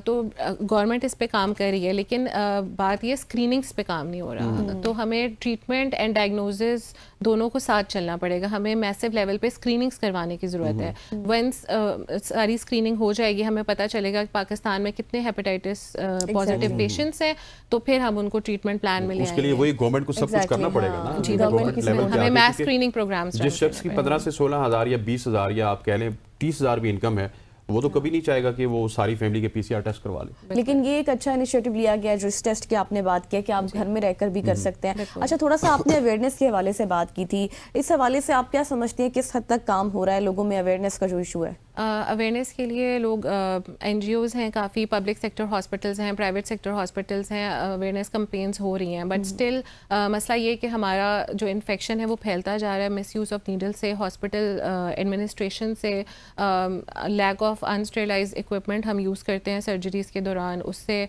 हमें अवेयरनेस कैंपेन्स आम पब्लिक की भी करनी चाहिए, हॉस्पिटल के लोगों की भी करनी चाहिए, क्योंकि जो लोग स्टेरलाइज नहीं कर रहे या मिस यूज़ ऑफ नीडल्स करें, एक नीडल से ही 5 पेशेंट्स को इंजेक्शन लगा रहे हैं, तो ये तो फिर अस्पतालों वालों की गफलत है। हाँ, क्योंकि सारा जो लोग अभी इतने पढ़े लिखे नहीं, बहुत ज़्यादा आपके रूरल एरियाज हैं जहाँ पे ये सब कुछ हो रहा है। एग्जैक्टली, वहाँ पर लोगों का इतनी अवेयरनेस नहीं है, पढ़े लिखे नहीं है, उनको इस चीज़ का शऊर नहीं है, तो कई हद तक जिम्मेदारी अस्पतालों वालों की भी बनती है कि आप थोड़ी सी जो है वो दोनों एंड्स पे हमें अवेयरनेस कैंपेन्स रन करने की ज़रूरत है, जहाँ पे आपकी पब्लिक सेक्टर आम आवाम भी है और आपके हेल्थ इंस्टीट्यूट्स भी हैं। और आपने बार्बर शॉप की बात की थी कि वहाँ से भी हेपेटाइटिस सी फैलता है, लेकिन एक शख्स है जो कि घर में ही रेजर से शेव वगैरह करते हैं, लेकिन वो बार बार वही रेजर चल रहा होता है 4, 5, 6 दिन के लिए, तो उससे भी एहतियात करनी चाहिए ना। बिल्कुल, आपको अपनी तो वो तो आप टूथब्रश भी आपको 6 मंथली या 2 मंथली तो चेंज कर ही लेना चाहिए। सो रेजर्स भी you need to change definitely. अगर आप घर पे भी अपना कर रहे हैं तो आप डेफिनेटली वो आपका पर्सनल यूज़ में है, नहीं डेफिनेटली अगर आपको इन्फेक्शन है तो होगा, वरना तो आप किसी और के साथ तो उसे यूज़ नहीं करें। अच्छा, डॉक्टर साहिबा, आप क्या समझती हैं कि हुकूमत को अपने इस दौरे इक़्तिदार में जो इस वक्त है उनका, या फिर जितने इनिशिएटिव्स ले रही है हुकूमत, प्रोग्राम भी स्टार्ट कर रही है, इस मर्ज़ के हवाले से क्या क्या इक़दाम होने चाहिए? पहले अगेन अवेयरनेस लोगों को दें, स्क्रीनिंग्स कराएं, मैस स्क्रीनिंग प्रोग्राम्स रन होने चाहिए पूरे पाकिस्तान में। जितने आपके ब्लड बैंक्स हैं उधर भी स्क्रीनिंग बहुत स्ट्रॉन्ग होनी चाहिए, क्योंकि वहाँ से भी खून ट्रांसफ़र किसी बंदे में हो रहा है और वो इन्फेक्टिशियस है तो डेफिनेटली वो हेपेटाइटिस कॉज करेगा। और उसके अलावा स्कूल्स में, यूनिवर्सिटीज़ में, हर जगह पे मैस अवेयरनेस और स्क्रीनिंग दोनों साथ करनी चाहिए। और एक आखिर में मुझे ये बताइएगा, ये ब्लड वाला आपने जो एलिमेंट बताया दैट इज मतलब बहुत बिग है कि आपको ब्लड चाहिए तो एकदम से मैं जाके दे दूंगा, अब उसकी कोई स्क्रीनिंग भी हो सकती है? बिल्कुल, ब्लड जी बिल्कुल नेट टेस्टिंग रिकमेंडेड है बाय WHO गाइडलाइंस, वो भी होती है। और किसी खून लगने से पहले उसका भी टेस्ट होता है और जो खून लग रहा होता है वो भी स्क्रीन होता है। लेकिन अगेन मैल प्रैक्टिस कहीं पे भी हो सकती है, हर ब्लड बैंक को पहले से चेक करना जरूरी है। BC, HIV, सिफिलिस, सारी इन्फेक्टिशियस डिजीजेस की स्क्रीनिंग बिफोर ट्रांसफ्यूजन करनी चाहिए। ठीक हो गया डॉक्टर साहब, thank you so much for joining अस। ये था हेपेटाइटिस सी के हवाले से एक इन्फॉर्मेटिव सेगमेंट करना भी जरूरी था। एग्जैक्टली। और आज जिस तरह डॉक्टर साहब ने तमाम तर चीजें इलैबोरेट की हैं, मैं समझता हूँ कि हमारे देखने वालों के लिए ये जो सेगमेंट है बहुत ही अच्छा है। आप इसको, मैं तो समझता हूँ कि सेव कर लो। मैं भी जाके बार-बार इसको देखूंगा। मैं भी यही सोच रही थी कि मैं इसको जाके सेव कर लूंगी, क्योंकि जो टेस्ट के हवाले से उन्होंने बताया कि आप खुद भी कर सकते हैं ना, क्योंकि इतने एक्सपेंसिव टेस्ट हैं जो लोगों की पहुंच से दूर हैं,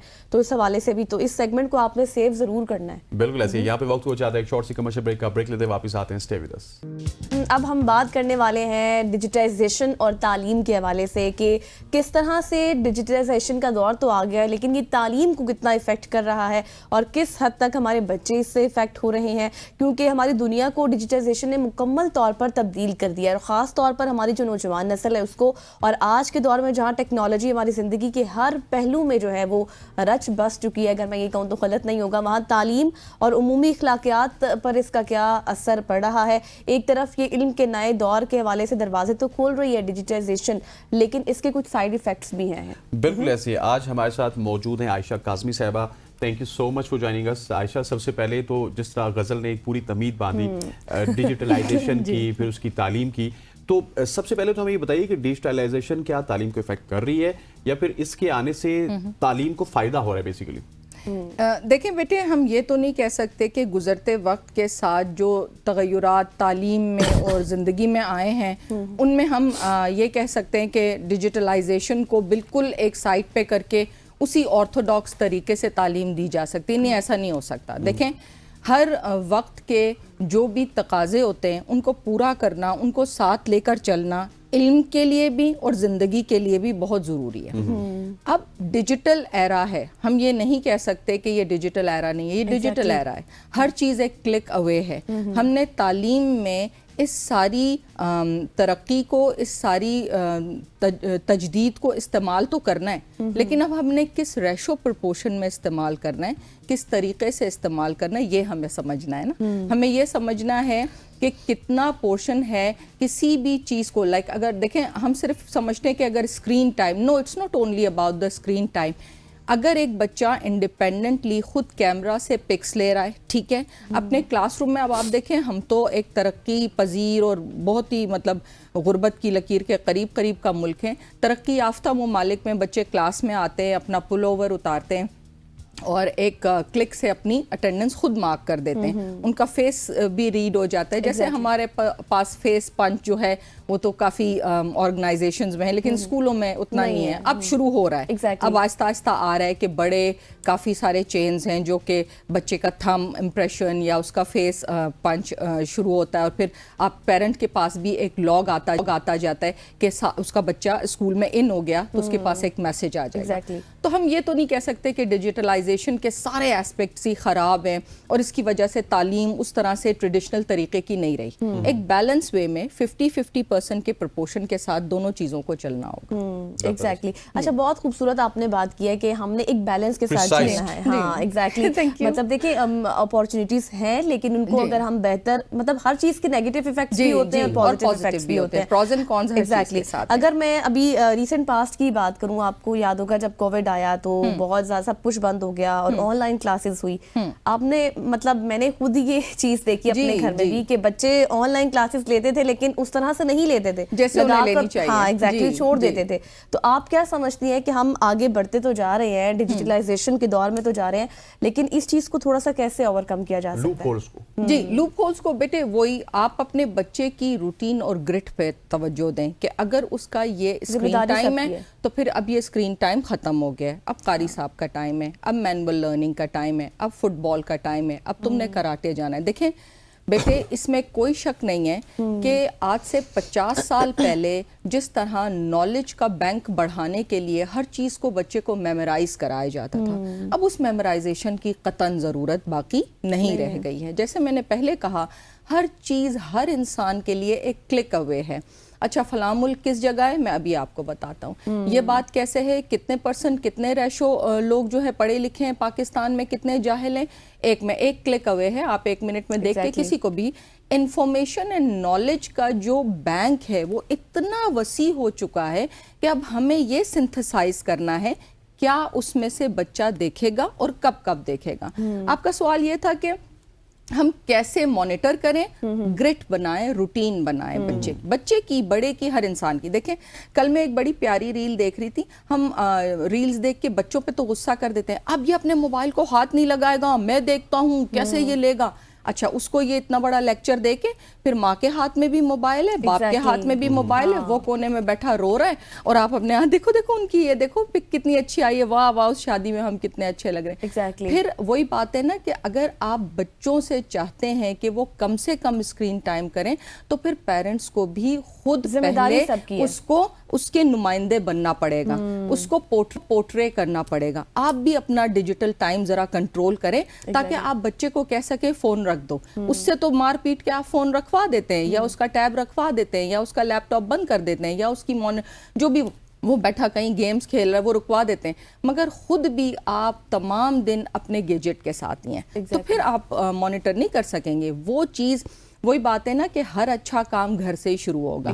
दूसरों को कहने से पहले आप अपनी तरफ फिंगर पॉइंट करें और खुद को ठीक करें। और जिस तरह गजल कह रही थी ना कि इन्होंने वो तमाम सिनेरियो देखा है कि ऑनलाइन क्लासेस चल रही हैं लेकिन बच्चा कुछ और कर रहा है, तो there is some responsibility of parents कि वो उनके ऊपर यार्ड स्टिक लेके खड़े हों कि नाउ इट्स योर टाइम।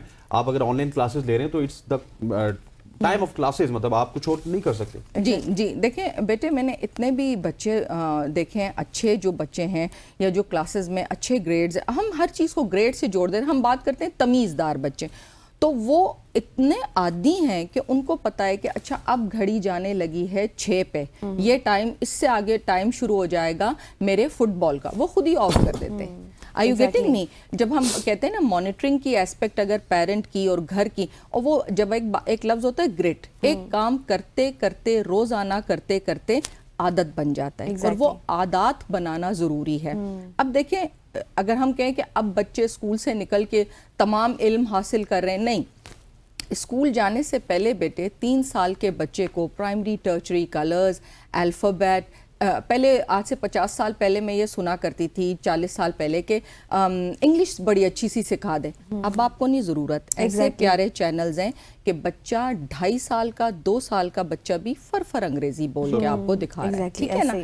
अब हमने देखना यह है कि जब वो अंग्रेजी सीखे तो साथ में कबायली ज़बान, मादरी ज़बान और अपनी कौमी ज़बान जो उर्दू है वो भी उसे आती हो। ऐसे ही है। एक बात हमेशा हमें याद रखनी होगी कि वो तमाम ममालिक जो समझते हैं कि किसी और की तकलीद, किसी और की ज़बान सिखाएं, अपनी मत सिखाएं, वो लंगड़े लूले ही रह जाते हैं। ना वो तितर होते हैं ना वो बटेर होते हैं, ठीक है ना।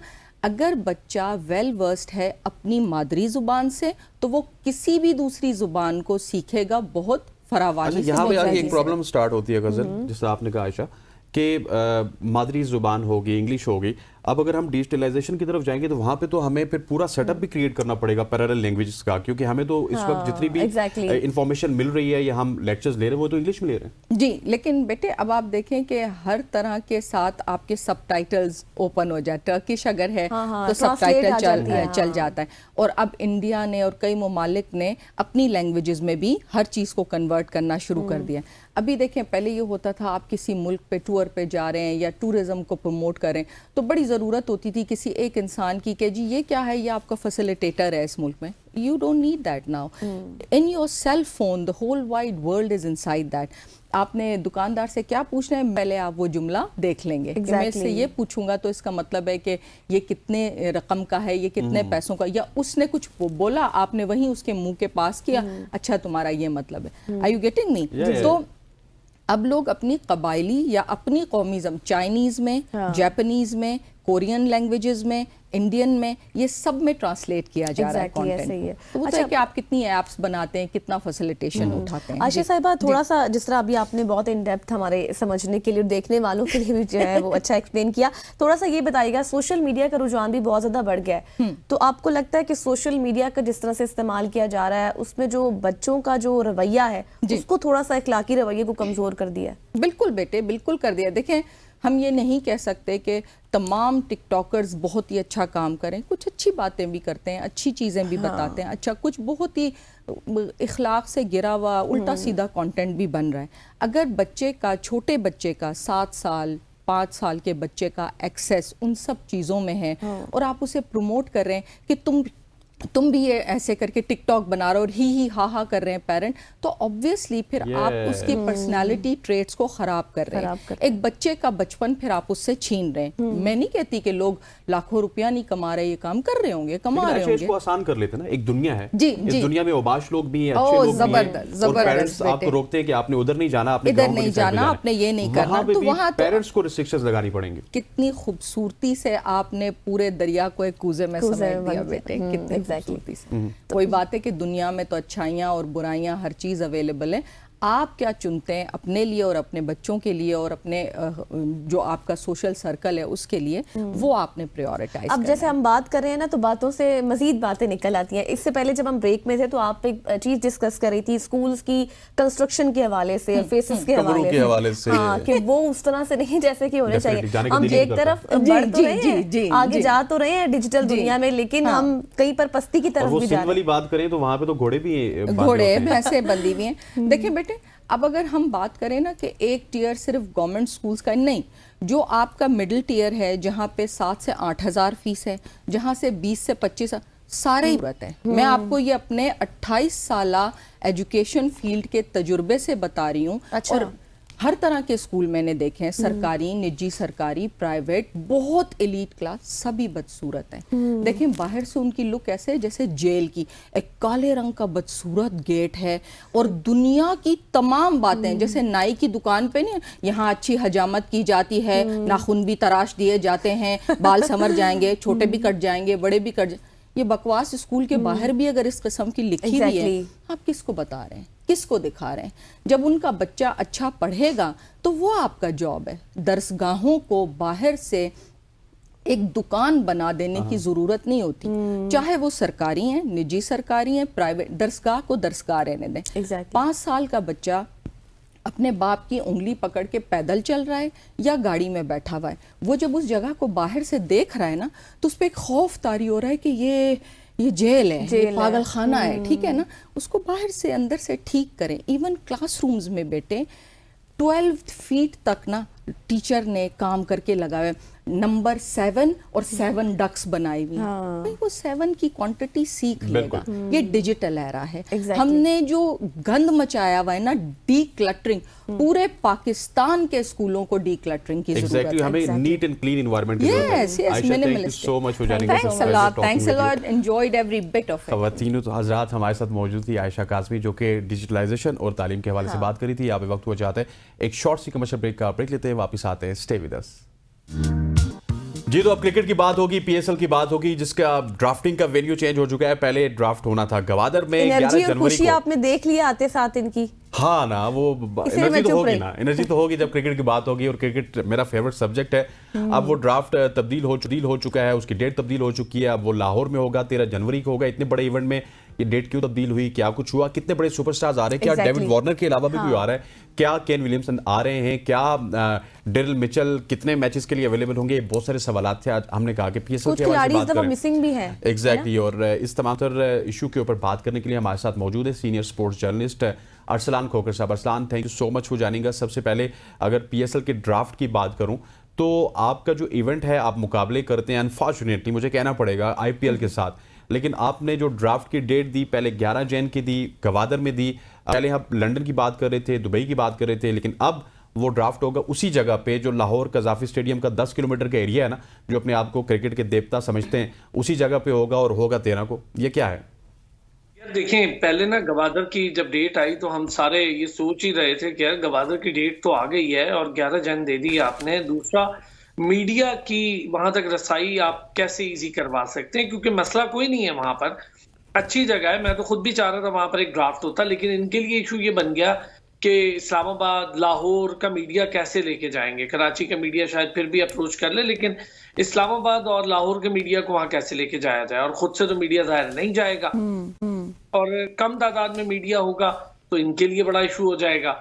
और फिर तमाम तर चीजों की सेटअप बनाना, वहां से लाइव जाना, उसकी लाइव स्ट्रीमिंग करना, ये बहुत सारे इश्यूज थे जिसको इन्होंने शायद उस वक्त नहीं देखा और जल्दबाजी में वेन्यू फटाफट अनाउंस कर दिया। बाद में इन्हें एहसास हुआ कि यार ये तो बड़ा मुश्किल काम है, अगर हम ये सब करना शुरू हो गए तो इस तरह तो पहुंचना मुश्किल हो जाएगा लोगों का। फिर इन्होंने कुछ सहाफियों की अवेलेबिलिटी के बारे में जानने की कोशिश की, और वो प्राइवेटली कोशिश की कि पता ना चले हम क्या कर रहे हैं। लेकिन बहरहाल हुआ ये कि एट द एंड इन्होंने कहा जी कि नहीं, यहाँ तो तकरीबन आपको 20 सहाफी भी जाते नहीं मिलेंगे, और वो जो मंजूर नजर सहाफी हैं वो शायद फिर चले जाएं, क्योंकि उन्हें टिकट्स पे जाना होता है तो वो चले जाएंगे, और जिन्होंने खुद से अपने इदारों की तरफ से जाना होता है, खुद करना होता है, वो तो नहीं जा पाएंगे भाई। बिल्कुल सिंपल सी बात थी। फिर लाहौर, चूंकि आपको पता है कज़ाफ़ी स्टेडियम की तैयारी के मराहिल हैं, तो दो चीजें हो जाती हैं इसमें। एक तो कज़ाफ़ी स्टेडियम के बारे में जरा खबरें चल जाती दोबारा, यार लाहौर कज़ाफ़ी स्टेडियम की तैयारी आखिरी मराहिल में है, और बड़ा जबरदस्त किस्म का वो हो जाता। फिर लाहौर के बारे में कि जी अब टीम्स ने आना है तो जरा लाहौर शहर की भी बात हो जाती। तो ये सब प्लानिंग करके कोशिश की गई कि चलो लाहौर में कर ले। लेकिन यार मैं समझता हूँ ये एक भोंडा तरीका होता है। आप ड्राफ्ट ऐसी कोई चीज नहीं है कि जिसका वेन्यू चेंज करे। इसमें कौन सा इंडिया पाकिस्तान ने खेलना है कि जिसका वेन्यू चेंज कर रहे हैं। अगर आपने गवादर रख ही लिया है तो कोशिश करें, हिम्मत करें, इतना बड़ा आपके पास बजट है, ले जाएं यहाँ से कुछ सहाफियों को। क्यों लेके नहीं गए आज से पहले कभी कहीं? बहुत दफा लेकर गए, तो सहाफियों को बिठाएं, लेके जाएं और वहां पर कवर करवाएं। ये कौन सी बड़ी रॉकेट साइंस थोड़ी है ये कि इसमें इतनी परेशानी की बात थी। और गवादर बहुत खूबसूरत वेन्यू है, पर मेरा ख्याल है बलूचिस्तान के लिए एक अच्छा पेविलियन ओपन हो जाता अगर आप गवादर में करते। और गवादर में आपको पता है इतना खूबसूरत क्रिकेट ग्राउंड है। आने वाले डेज में, आने वाले ईयर्स में, शायद ये 10 के बाद जब टीम्स बढ़ेंगी तो हम एक मैच या एक टीम और वहां से होती देखते तो हम बड़े खुश होते। तो ये एक अच्छा आपके पास एक्सप्लेनेशन भी होती है। यार देखिए हमारे पास गवादर भी एक वेन्यू है, गैर जरूरी तौर पर बड़े भोंडे तरीके से इसको हैंडल किया, क्यों खामखा में आपने कैंसिल की है। मैं फिर उनसे मैंने खुद भी पूछने की कोशिश की, भाई ये कौन सा पाकिस्तान इंडिया का मैच था जिसके वेन्यू पे इतना मसला। बताएंगे आप उनके चाहते तो नहीं है, और यही बात है, यही बात। चले अब अरसलान, वेन्यूज के हवाले से तो हमने बात की, let's talk about players. Players ने एक बड़ी गैर मुल्की तादाद के जो प्लेयर्स हैं उन्होंने बड़ी तादाद में इस दफा रजिस्ट्रेशन भी कराई है, कैसे देख रहे हैं आप इसको? देखिए गजल, 500 प्लस प्लेयर्स हैं वो रजिस्टर हुए। उसमें वो प्लेयर्स भी हैं जिन्हें पहले बहुत सारी दफा तनकीद का निशाना बनाया जाता था कि यार ये तो सी कैटेगरी है, ये डी कैटेगरी है। लेकिन एक चीज जरूर है पीएसएल की कि बी सी कैटेगरी कोई नहीं है। जब प्लेयर्स आते हैं, हैरी ब्रूक जैसे और टिम डेविड जैसे ये प्लेयर्स आते हैं तो अपनी नेशनल टीम में भी जगह बनाने में कामयाब हो जाते हैं। तो पीएसएल ने ये भी मौका दिया लोगों को। अब ये है कि डेविड वार्नर और चैपमैन हमारे पास, एक खबर आपको दे दूं, चैपमैन पार्शियली सेकंड राउंड के लिए अवेलेबल होंगे क्योंकि फर्स्ट राउंड में उनका बेबी का मामला है, तो वो शायद अपनी फैमिली एंगेजमेंट की वजह से वहां पर बिजी होंगे। तो चैपमैन अच्छा इजाफा है। फिर साउथ अफ्रीकन प्लेयर्स बहुत ज्यादा आ रहे हैं, बहुत अच्छी बात है कि साउथ अफ्रीकन प्लेयर्स आ रहे हैं। मैं समझता हूँ कि इस बार ये क्रेडिट जरूर है कि पहले के मुकाबले में अगर हम प्लेयर्स को कैटेगराइज करें तो एक अपग्रेडेशन जरूर हुई है पीएसएल में प्लेयर्स कैटेगराइज में। उसकी रीजन ये है, शायद ऑस्ट्रेलियन प्लेयर्स को ज्यादा मौका इसलिए मिल गया कि इंग्लैंड के जो प्लेयर्स हैं ना वो हिस्सा नहीं ले रहे थे। वो अपने डोमेस्टिक सीजन की वजह से उनको वहां कह दिया गया था कि आप हिस्सा ना लें।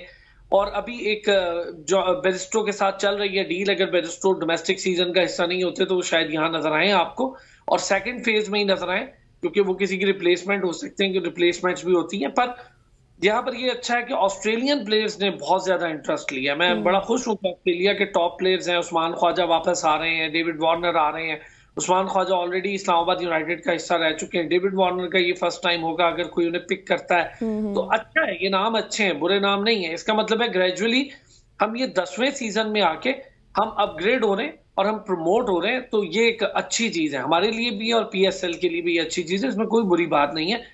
अब देखना ये है कि विंडो जो निकलती है PSL की, ये ट्रिकी काम होगा कि PSL की जब विंडो निकालते हैं तब एंगेजमेंट्स क्या होती हैं इंटरनेशनल, क्योंकि भारत तुला हुआ है टेस्ट सीरीज का टेन्योर लंबा करने के लिए और 3 ममालिक मिलके दोबारा बिग 3 तो नहीं कहें लेकिन बिग 3 ही 3 मिलके टेस्ट सीरीज का टेन्योर अपने इर्द गिर्द घुमाना चाहते हैं, ऑस्ट्रेलिया, इंग्लैंड और लेकिन अरसलान वो एक सॉरी आपको कट करूंगा, वो इंगेजमेंट इस वजह से भी नहीं हो सकती ना कि साथ IPL भी चल रही है, तो वो नहीं चाहेंगे कि डिजिटल आइज थोड़ा सा डिस्ट्रीब्यूट हों, वो चाहेंगे कि वो PSL को ही टफ टाइम दे।